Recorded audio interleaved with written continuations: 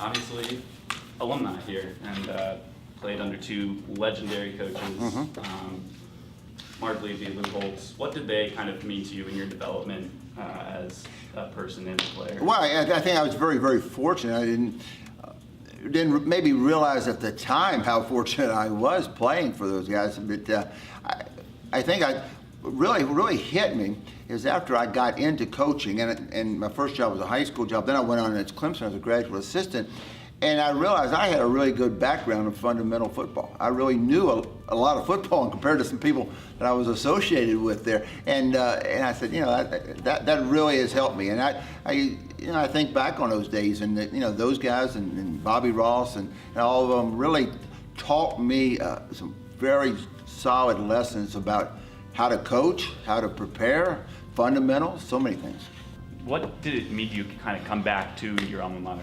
Well, at that time I was a coordinator at Clemson, and we were very successful. We went to some bowl games and all that, and then the William & Mary job was open. I applied, and one thing led to another. Anyway, I got it. And I really didn't. I knew William & Mary from having been here, but I also knew what quote big time football was all about too, and I felt like I could mesh the two. Hopefully I could mesh the two and understand what things we needed to do and what things we could do. And I was a little surprised when I actually got back here and took the job and found out that it was a tougher job than I even imagined it to be. But I had some great guys on that first staff with me, and we persevered and hung in there. And then when we finally got a winning season and we finally started winning a little bit, that was really gratifying.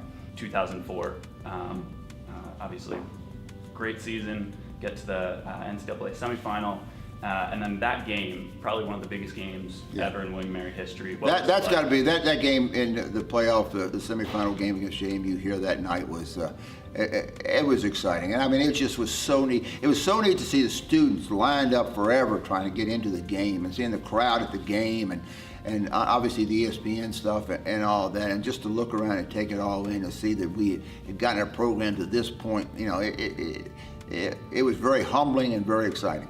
But obviously a lot has been made about, Tomlin and McDermott and Dan Quinn. Not everybody coached under you, but some played for you. What does that kind of William & Mary coaching tree mean to you? Well, it means the fact that we've had so many guys that have gone on and been successful in coaching. It means that they learned something here, that they got something out of the experience. They're good coaches. Part of the reason they're good coaches, I think, because they got a good foundation here as either as a young coach or as a player in our system, and have taken over. But we've got a lot of other people that are very, very successful in other areas, and I think they too took a lot from our program. Because, and I'm not just saying that, they have said that to me time and time again as to the lessons and things that they learned so far as our football program, how they have carried them over into other aspects of their lives. And then just kind of one last one, what are you looking forward most in retirement?